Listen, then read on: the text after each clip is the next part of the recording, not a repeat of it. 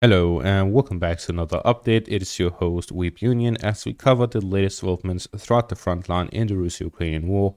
We start out here to the west of Avdiivka, where the Russians have managed to gain a foothold within Semenivka. The Russians crossed the river line through the road that is between Orlivka and Semenivka and used this as an opportunity to gain a foothold within the southern parts of the village. However, until they potentially manage to gain control over the fortifications, this foothold is very unstable. It seems that the Russians are trying to gain a foothold within Semenivka and push the Ukrainians away from the second line of defense by threatening its supply lines and pushing through the residential areas here by Semenivka and Berdeshi. The main push is coming both from the east by Berdeshi and from the south from Semenivka. And with this, we see that the Russians are attacking both the northern and southern parts and both supply routes in and out of these villages. The Ukrainians are responding to these attacks by doing a lot of positional fighting and counterattacking. By positional fighting, they have stationed multiple Abrams and Bradleys in the rear of the fighting, near the fortifications to the north of Semenivka and southwest of Berdeshi, and behind the fortifications by the supply line, to do positional fighting where they shoot at advancing Russian forces with some long-range tactics and to prevent a Russian breakthrough, allowing only the Russians to inch forward bit by bit as they try to push through the Ukrainian fortifications and first line of defense under the Ukrainian cover fire from the vehicles from afar.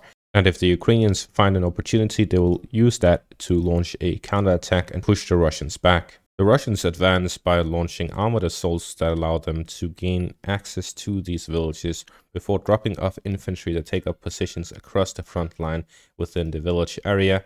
The Ukrainians respond to this by launching mainly FPV drones on these positions to try and hit the Russian soldiers as they're taking positions, as well as quadcopters dropping grenades.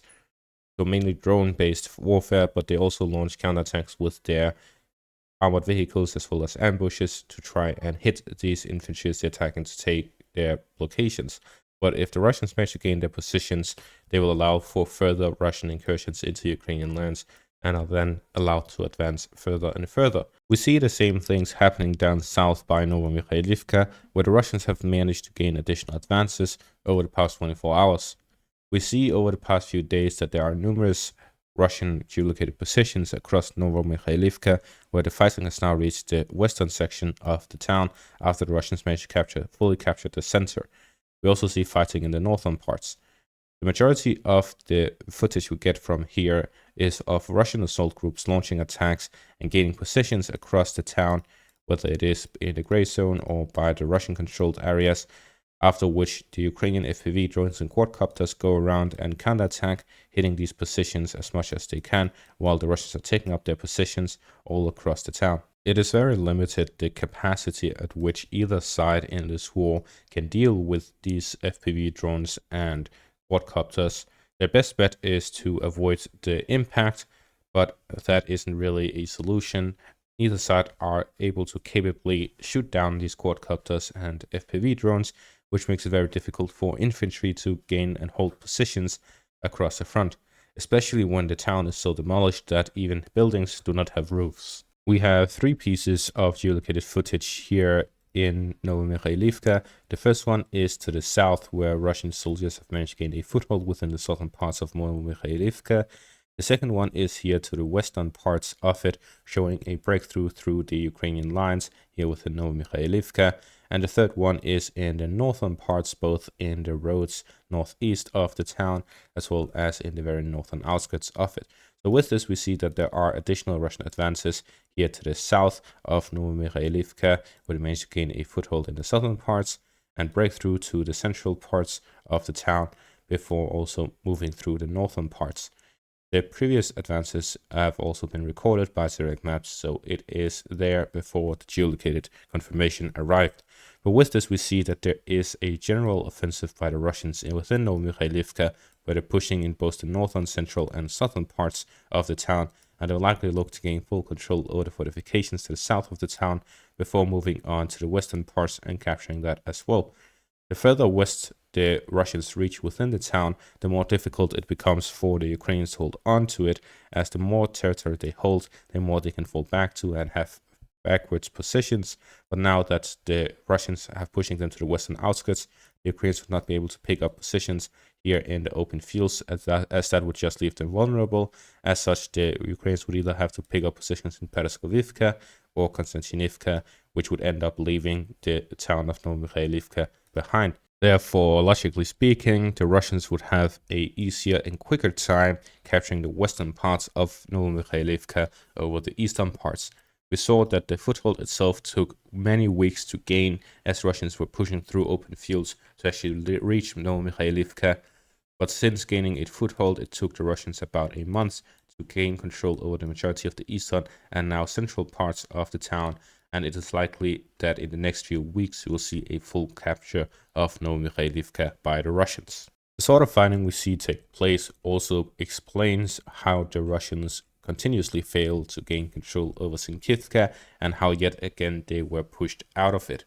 The Russians usually launch attacks towards Sinkivka by launching armored assaults in the northern and western parts of the village, leaving and dropping off infantry to get positions across the buildings and allowing them to then resupply through the forest areas in close proximity to the village.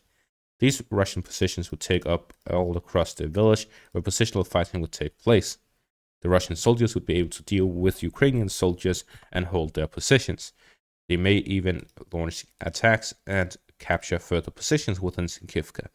The biggest problem for the Russians comes when the FPV drones and quadcopters fly around, looking at their positions, directing artillery fire, dropping grenades, and launching FPV strikes on these Russian positions, which would demand a constant influx of additional Russian soldiers, which would also lead to more casualties, or it would be forced to be pushed out once they do not have a strong enough capability or any direction to continue pushing.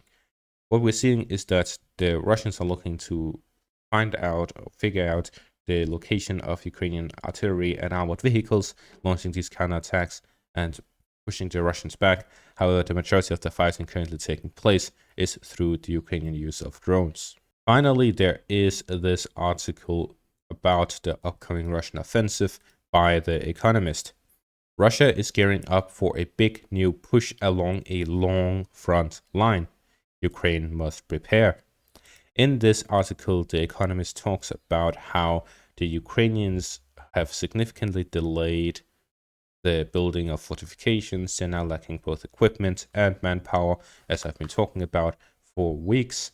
And this all adds up to the Ukrainian defenses being weak, and the Russians in the coming weeks or months, or towards the end of spring and start of summer, would launch a massive offensive.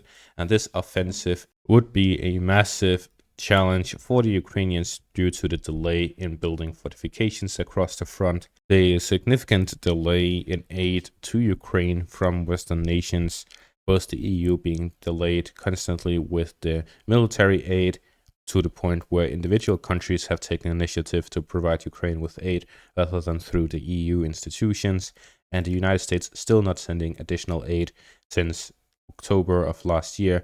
And with this, we see that the Ukrainians at the same time also have issues mobilizing their population, as a lot of people do not want to fight and are draft dodging. And in that case, even if the Ukrainians manage to mobilize some of these people who do not want to fight, well, they do not want to fight, so they have low morale. So none of the things that the Ukrainians had going for them a year ago are for them here and now the Russians have the initiative and has significantly grown in strength and capabilities. As such, the Russians are likely to launch a massive offensive, and how that goes, time will tell. And that is going to be all for this update. Thank you all for watching and have a great day. Make sure to leave a like, subscribe, and check out my Patreon.